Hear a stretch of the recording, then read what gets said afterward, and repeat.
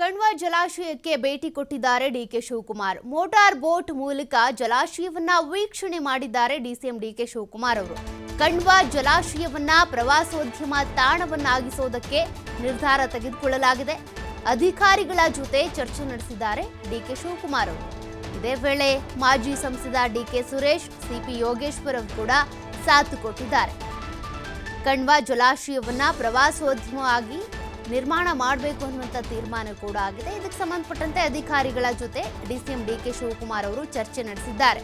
ಇವ್ರ ಜೊತೆಗೆ ಡಿಕೆ ಸುರೇಶ್ ಅವರು, ಮಾಜಿ ಸಂಸದ ಹಾಗೂ ಅವರ ಸಹೋದರ, ಮತ್ತೊಂದು ಕಡೆ ಸಿಪಿ ಯೋಗೇಶ್ವರ್, ಇವರೆಲ್ಲರೂ ಕೂಡ ಸಾಥ್ ಕೊಟ್ಟಿದ್ದಾರೆ. ಕಣ್ವ ಜಲಾಶಯವನ್ನ ಪ್ರವಾಸೋದ್ಯಮ ಅಂದರೆ ಪ್ರವಾಸಿಯ ಪ್ರೇಕ್ಷಣೀಯ ಸ್ಥಳವಾಗಿ ಮಾಡಬೇಕು ಅಂತ ಅಂದರೆ ಎಷ್ಟು ಖರ್ಚಾಗುತ್ತೆ, ಅದಕ್ಕೆ ಸಂಬಂಧಪಟ್ಟಂತೆ ಯಾವ ರೀತಿಯಾಗಿ ತಯಾರಿಯಾಗಬೇಕು, ಏನೆಲ್ಲ ಬದಲಾವಣೆಗಳನ್ನು ಮಾಡಬೇಕು, ಅದಕ್ಕೆ ಸಂಬಂಧಪಟ್ಟಂತೆ ಡಿಕೆ ಶಿವಕುಮಾರ್ ಅವರು ಅಧಿಕಾರಿಗಳ ಜೊತೆ ಚರ್ಚೆ ಮಾಡಿದ್ದಾರೆ.